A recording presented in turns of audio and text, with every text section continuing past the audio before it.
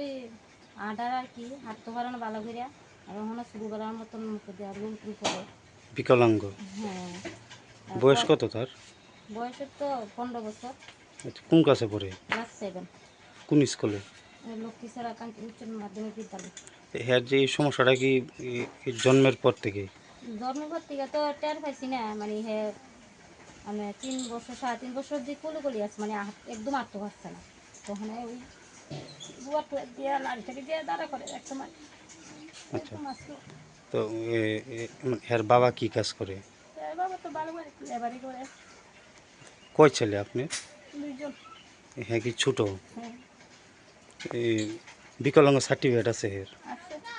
তো হের কি ভাতার লেগে কোনো সময় জমা দিছেন না? জমা দিচ্ছি 2-3 খান আমরা এখানে গ্রাম পঞ্চায়েতে জমা দিয়েছিলাম। স্কুলে তো কন্টিনিউ দিতে আসি, কয়দিন পর লাগে তারিটা তো দিতে আসছি। এরপর অঙ্গনবাড়ি স্কুলে দিদি মনে 2বার করে নিচ্ছে। হয় না?